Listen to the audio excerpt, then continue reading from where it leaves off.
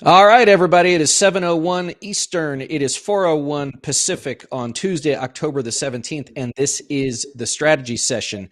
Thanks all for joining us. As always, joining me, Joe Trippi, legendary Democratic strategist, host of That Trippi Show.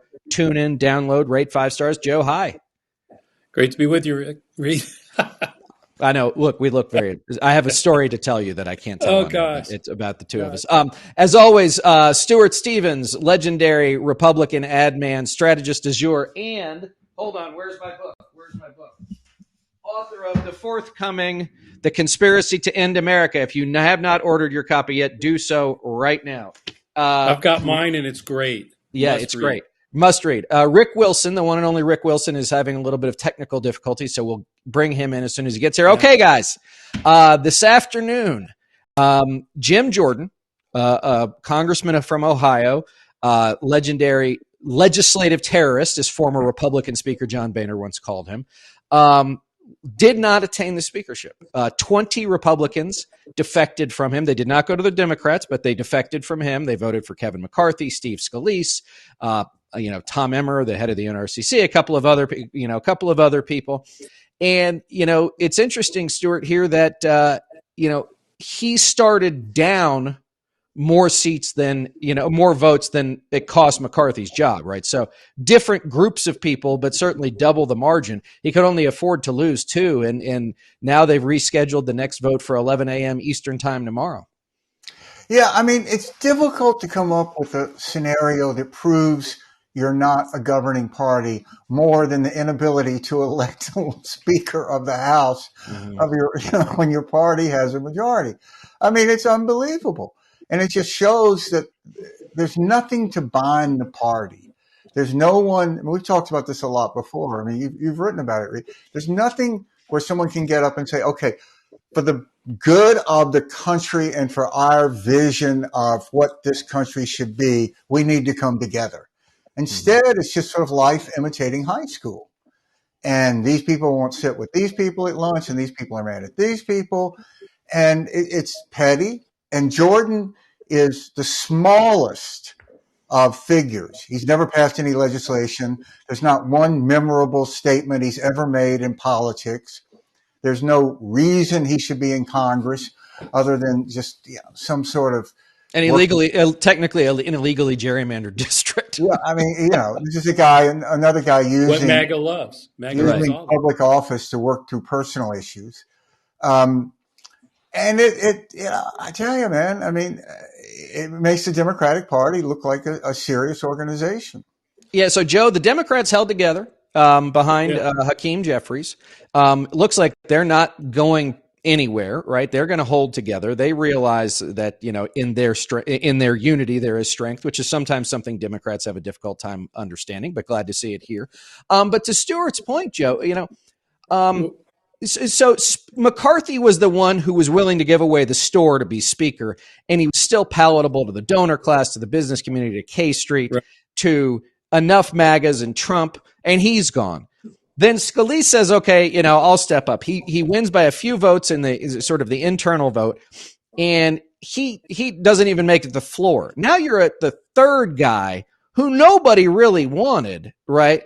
All these otherwise, quote unquote moderates and problem solvers like Brian Fitzpatrick from, suburban Philadelphia get in line behind him. There was a quote from one guy's like, I guess I'll probably vote for him, like as if this isn't a big deal.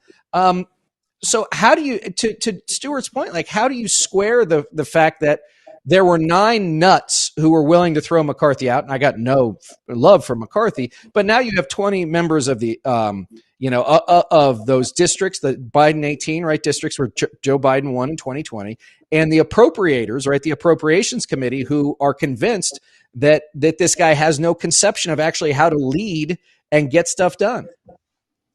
Well, to your first point, Democrats being unified, that's pretty easy to do because there isn't anybody so far that's even been put up for nomination for Speaker that a Democrat could think logically would be someone that would help get anything done. I mean, McCarthy lied his ass off to them, Right. to everybody, all the way around. They weren't going to support him. with the with the crazies trying to dump him. Then Right. you get to Scalise, who said out loud, "I'm David Duke without the baggage." They're not. No Democrat's going to go there. And Right. then the next nominee is Jim Jordan, led the 139 votes to not concede defeat and certify Joe Biden as president of the United States. So the only question I had all day long, and I tweeted about it over and over again, was, "Hey, how many more votes than the 139 that were with him to not certify Biden? How far does this cancer grow?" Well, we know 200. It's not the 20. The 20 of them said, "No, I can't go there yet," because we know it was that literally 200 members of the GOP House caucus voted for a speaker who led the votes inside the House to push aside the results of the election in 2020. And still today, 1 hour before they went into that vote, 1 hour before that vote, Jim Jordan couldn't say out loud that Donald Trump lost and Joe Biden was legitimate elected president of the United States. And with that inability, 200 GOP members of the House said, "Hell yeah, I can vote for that." And why would anybody who cared about democracy, who actually understands that Jim Jordan's a Trump puppet, we know that. Right. And if this guy was going to lead 139 to throw out the results of the last election, he's now got 200 at least. And if he's speaker, we all know what he'll do in 2024. There's no way Democrats will stay unified and keep voting 212 votes for Hakeem Jeffries. And the only question is, are there 5, 6, 7? And we all know the answer to this. Honorable Republicans left in the House that'll do the right thing. And I'm sorry, but the word honorable and Republican right now is just not coming off the tongue too. So Rick, let's talk about this division in the party. I mean, first of all, foremost, I want to see the headlines, because we always see them around Biden and these currently unified Democrats about the Democrats in disarray. Right? When are the Republicans in disarray? And you see you saw these again. We talked about these Biden 18. Do you think they're an analog a little bit for the party writ large? Which is, you can see these, if Jordan is a stand-in for Trump and these people won't go to Trump, are there voters out there who say, like, I don't want anything to do with this either? Look, excuse me. I think that Jordan. Sorry, guys. Give me 1 second. It's all right. It's all right. Marco, I think that Jordan. Marco, get your glass of water. Marco, get your glass of water. Hold on. Thank you, Donald. Most people don't know this. Rick needs 2 hands to drink his water. Yes. I actually double fist. I've got the Diet Coke in one and the water in the other. No, what I think is really important to understand about the good guys, the moderates, the centrist Republicans, the problem solvers, is it's all a lie. It's all a lie. At the end of this, they will have said, well, I stood against Jim Jordan 3 times and I voted against him. I wanted Scalise, or I wanted so-and-so. But at the end, when all of them roll over, at the end, when all of them say, I'm not going to do it, their excuse will be what? Oh, it was communism, or, Antifa would win, or some other fantasy excuse that's in their head. And none of it works anymore. None of it has any grounding anymore. There are no honorable, good Republicans in that body, because if there were, and they really cared about the country right now, they would go to Hakeem Jeffries and say, hey, give us 3 committees. It doesn't have to be the big ones. It could be marine fisheries or whatever, but it's going to show that we're governing in a bipartisan way. We're not going to take up anything crazy for the next year. We're going to do the budget, Ukraine, Israel, and anything else we had got to do to keep the lights on. And if they did that, you would see an example of actual bipartisanship, not this phony bullshit, like problem solver, like kumbaya, we all voted together on an easy vote. Mm-hmm. it would be something. It would take a lot of work. It would take a lot of courage. But the problem is they don't have courage. They're much more afraid of catching a primary than they are of letting Jim Jordan burn the country down. And I think it is an underestimated risk to this nation just how dangerous Jim Jordan really is if he takes that seat in the second highest position in the land outside the president and the vice president. This is a guy who could wage enormous damage on this country and will. Yeah, and so Stuart, I mean, you said this to me on the Lincoln Project podcast more than 2 years ago, right? You said that in 2024 we had an assumption it would be Trump, but whoever was going to be a Republican leader would have to declare out loud that the 2020 election was stolen, or in Jordan's case, not say anything, which is basically code for we live in an occupied country. Yeah, I mean, one thing that all four of us have in common is we've never been elected speaker either, and at this point have probably about as good a chance as Jim Jordan does. I kind of like Rick's chances. Which to highlight the absurdity of this, they don't actually have to look at this sad pool of human beings in the House that are Republicans. They can pick anybody in the country who's qualified technically to be president. And it really is surprising to me that hasn't, they haven't picked some, like if Elon Musk wasn't, a South African, go to someone like that, and I'm really kind of surprised that Trump hasn't emerged here as a candidate. But look, what has Jordan done? These crazy investigations, and all of this is really attacking sort of the civil structure of America. It's attacking the judiciary. It's attacking our electoral system, which is the heart of every democracy. It's attacking law enforcement. It's attacking the military.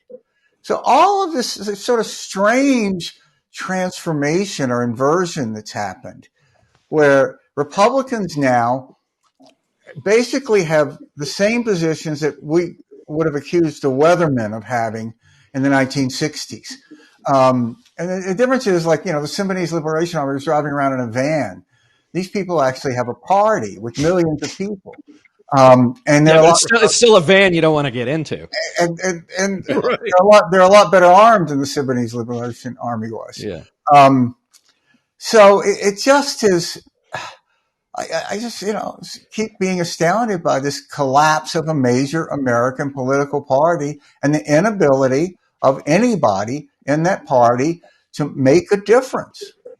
Joe, well, the problem is if you go ahead. No, the problem is that we all try to think rationally about how we would solve this problem, and we don't think like cult members. But because look, one of the things that makes no sense to me, why wouldn't you, as Stuart just said, reach sort of up and out a former senator who was a member of the House? There's plenty of them, Roy Blunt, and bring him in as speaker, because you don't have to be a member of the body, and just say, basically, I'm just going to, you guys can go fight on bills now, on policy now, but I'm going to be a speaker for the caucus in the House, and bring, they all vote for him. Then he just goes about the business that you talked about, Reed or Rick, passing the budget, aid to Israel, Ukraine, and let the votes fall wherever they lay. But that would be rational and that would be sane, and they're not going to do that. And so I don't know. I'm not sure that I think, look, if Jordan had any real chance at closing the gap, there would have been another vote tonight. Mm-hmm. There's a reason this thing is happening until 11 o'clock tomorrow, because he didn't have it. It's probably floating away from him by a couple of votes, not closing. Well, that's my night to try to fix that, but that's my read of the signals anyway. Well, and my dad said that, as someone who counted votes on Capitol Hill for a long time, was that if you were willing to do this the first time, he didn't see it as like people needed to get the protest vote out of their system. It was, I'm not going to do this. And now maybe there are a few other squishes, like some of these Biden 18 voters who did vote for Jordan, or go, okay, well, geez, maybe there is safety in numbers. But Rick, two-parter for you. One is, doesn't this make Donald Trump a loser again? look, I still have a belief that at the end of the day, all the negative externalities in the Republican Party will scooch Jordan over the line, but it'll be painful to get there. Look, Trump is very clear that he wants Jim Jordan. Jim Jordan has always been, look, as Robert Costa pointed out today, you look at the call sheet on January 6th, and Donald Trump's talking to Jim Jordan that day. Mm-hmm. And he is the guy who has never broken from defending Trump, no matter what he's done. He has defended Trump's lies consistently. And if he can't, in the privacy of the caucus room, say Joe Biden is the legally and lawfully elected president of the United States of America, then you know that the guy is so deep in the tank for Trump that you have to anticipate how bad it can be. So, look, I want these guys to be brave. I want a couple of them to go, no, no, and no, I will not do it, and to push a compromise, whether it's Patrick McHenry or another look at Scalise or even Elise Stefanik. I want them to push for something that isn't Jim Jordan, but I have been burned so many hundreds of times on believing in the moral strength and character of elected Republicans in the last 8 years. They have broken my heart so many times when the moral, political, ethical case was absolutely clear time and time and time again. They have consistently chosen to fear Sean Hannity, Fox News, Donald Trump, the Trump mob, Elon Musk, Twitter. They're afraid of the things that will cost them their jobs. If you can't lose your job, then you're not really in a job. You are a slave to that. If you feel like you can't lose it, that your life will end and you'll be killed, you're not really free. These people are not free to make rational political decisions because they live in terror of Trump. Rick, do you know, like with Trump, so I've got Twitter on my phone, right? So if I'm a member and I just voted against Jim Jordan, watch this, guys. Oh, look at that. Huh? Oh, went away. Don't have to look at it. Right? But let the trolls do what they may. But Rick, do you the 18 in Biden districts? I mean, they're in a I understand. What are they worried about? The primary and the Trump they should be there.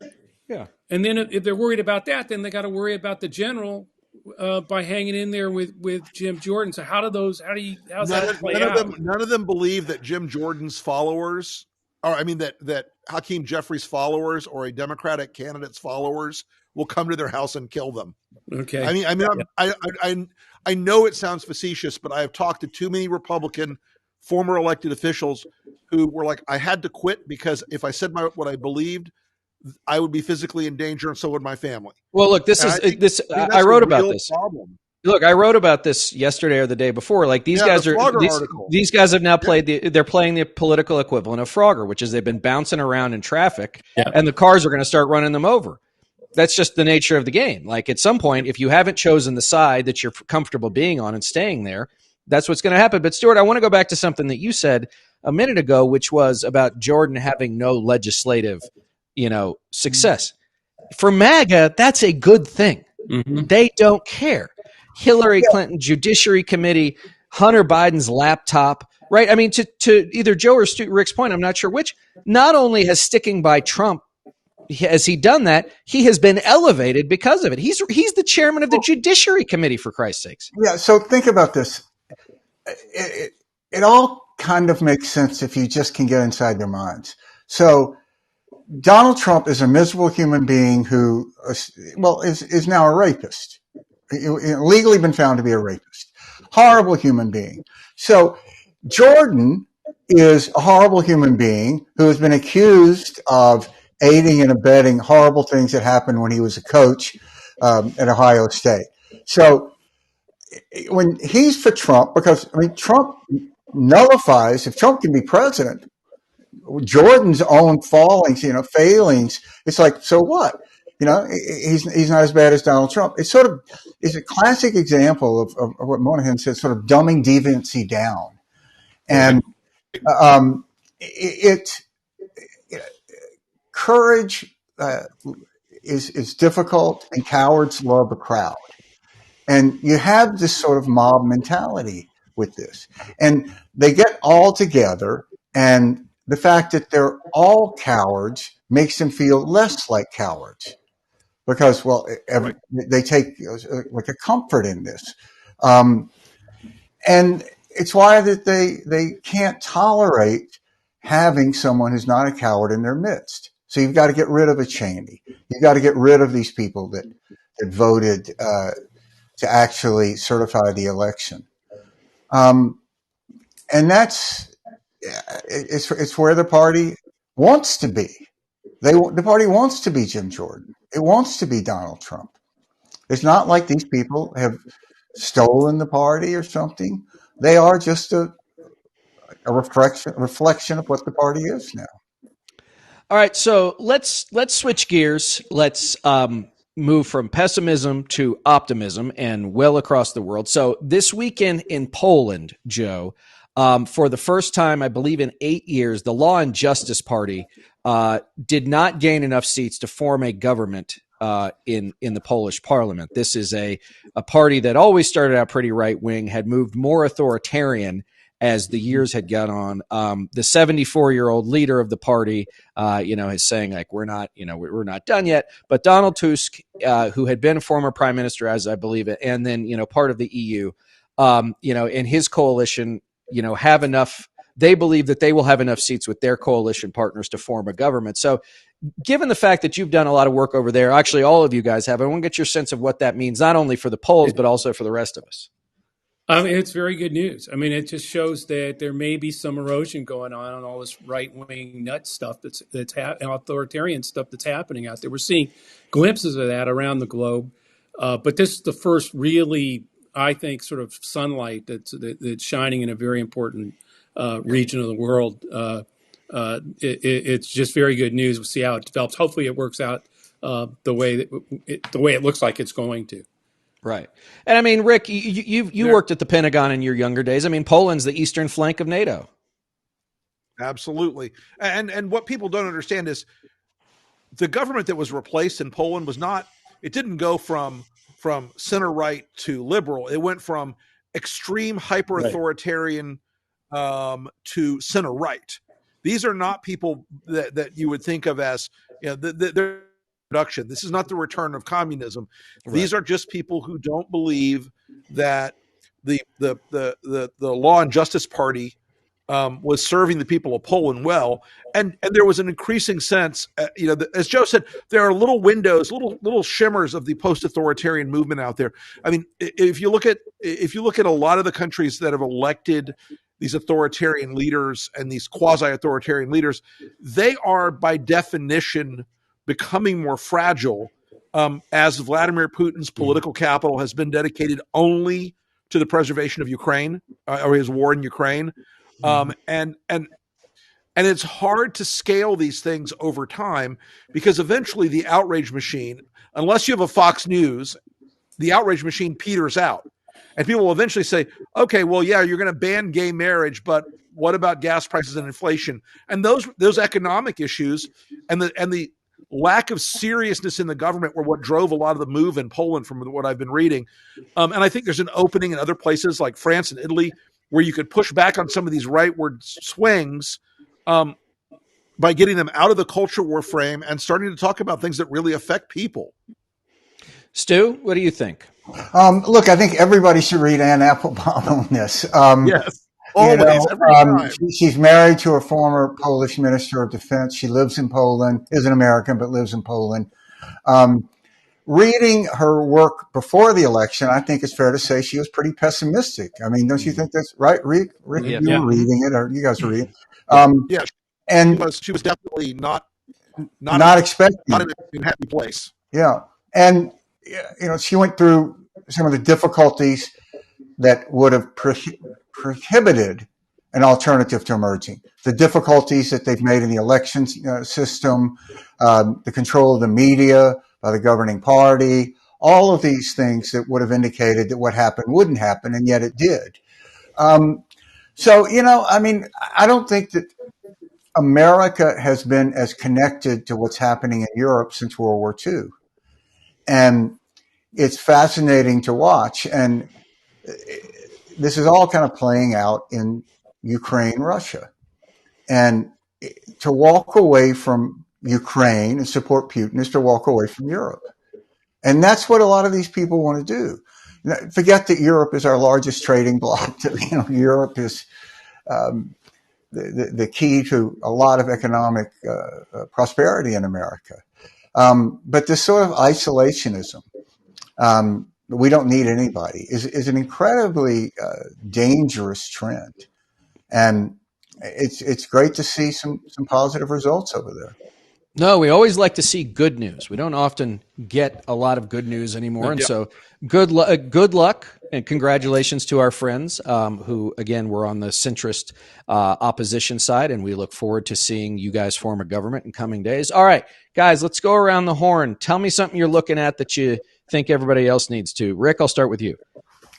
I think you need to start looking at the tech bros are going to try to find one more way to disrupt this election. And there's an essay out today by Mark Andreessen that is a pure window into the combination of hubris, juvenilia, and crazy vision for the future that is really driving a lot of the people on the right and the alt-right right now. Yeah, it's so I posted something about that, Rick, and somebody said it's like these guys never matured past like their freshman year college Ayn Rand philosophy class, right? Dorm room bullshit sessions. Yeah, they just locked into John Galt. It was amazing. And they just couldn't let it go. All right, Joe, how about you? Related to that, Dean Phillips, I'm really keeping an eye on whether he's got, whether he intends to actually get in the race to primary Joe Biden or not. I think we all need to keep focused on that. He missed the deadline to file in Nevada, which makes me think he may not be that serious. But the next one that's coming up, if he's going to do this, he's got to file in New Hampshire in the next 10 days or so. And so we do know that someone that we know is interviewing campaign managers for Dean Phillips, and we're going to hold off on that news for a little while longer. But when we tell you who it is, you guys are going to lose your damn minds. It is related, I think, to what you were talking about, Rick, with the Silicon Valley bros, the tech bros, maybe lining up behind him, and that is something that we really got to knock down if it happens. Right. Yeah, absolutely. Stuart, how about you? Look, I think we're seeing the potential of an historic shift here, where the Democratic Party is regaining its image as a party of strength in foreign policy. Yep. So, you have this president, you say he's old. Well, he is old, but he goes to Kyiv. He's going to go to Jerusalem. He's going to go to Tel Aviv. I mean, this is a guy, we've never had a president in an active war zone that we didn't control, and he's done it twice within the same year. Why? Right. To support our friends, to support democracy, to support decency, support some sort of sense of human values, that life matters. And that is just a fundamental shift where you have the Republican Party now is emerging as an anti-military party. They're the ones that's saying that, our military is weak. Look at what's happening with crazy Tuberville. And if this continues and is part of the election next year, which it should be, and I hope, we at Lincoln Project and Resolute Square will help drive that. That is a fundamental shift. If you think of these generation of voters who are voting for the first or second time, and they're going to cast ballots for the party that is the strong party on foreign policy. And that's tremendously encouraging. No, as I think I might have said on this show before, when you see a kid in Washington, D.C. and the buttons on their backpack are peace, LGBT,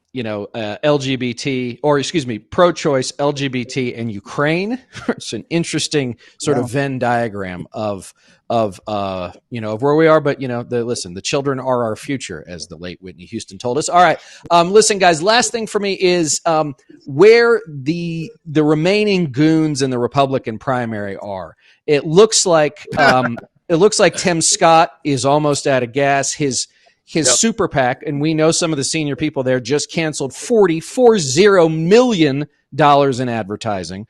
because they said, "Oh, people say we're crazy, but we're not really crazy." It looks like Mike Pence is almost out of money. Larry Ellison said, "Okay, that's enough." Yeah, that's enough. Here's the wire information. Send my money back. Looks like Mike Pence is almost out of cash. At this point, Ron DeSantis should have chartered himself a private jet to fly around the world 4 or 5 times. He would have been better off, and we would have been better off. And so now with the next debate, such as it is, and now the world has finally caught wind of the fact that that Ramaswamy's a fraud and a carnival barker. Shock of all shocks. We now have this debate coming up in 3 weeks. Trump won't be there. Even though it's down the street from his, highly overvalued home. What are they going to talk about? Like, what do they have to say about anything? They're going to talk about how much they love Jim Jordan. They're going to talk about how much Ukraine matters. They're going to talk about governance or Trump acting like a goon in courtrooms and being admonished and had yet another gag order put on him. What are these people going to talk about? At what point are they either going to say, forget it, it's over, let's get behind him, or just say, go quiet? Or are they actually going to start fighting him? I think it'd probably be like those 200 people that voted with Jim Jordan. They're going to complain about wokeness. Yeah. I don't think it can be underestimated the professionalism inside the Trump campaign controlling their guy from becoming overexposed at this point. He is not out there every day. He's not out there every night. And that's a smart campaign that's doing that.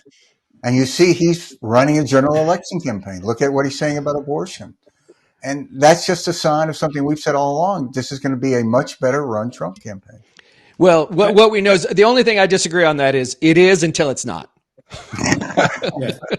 Right. Well, I still think that DeSantis and Haley will get into it and that she has the upper hand. UN ambassador, particularly with Israel, Ukraine, and him clearly not having a clue and doing all the woke stuff in the military and everything. I think she has a real shot. Although there'd be plenty who love that, but they're all going to be voting for Trump. I think she still has a shot to get by him in Iowa, and I still believe second place in Iowa is going to be worth a little something, and that she could she could have some traction. But this debate is going to matter, I think, because of how she gets into it with DeSantis. I agree. Otherwise, they don't have anything to talk about. Right. All right. As always, gang, download, rate 5 stars, That Trippy Show. Listen to Rick Wilson's The Enemies List and check out his Substack. Stuart's all over the place. He's in the LA Times. He was on the stage at Cooper Union last week. He's on TV. Read him. Listen to him. Get the book. Hold on. One more plug for the book. The Conspiracy. It's a great book. It's a great book. And as always, gang, check out the Lincoln Project podcast and my Substack, The Homefront. Thanks to Sam. Thanks to Lisa. Everybody else. We'll see you next week. See you guys. Thanks all.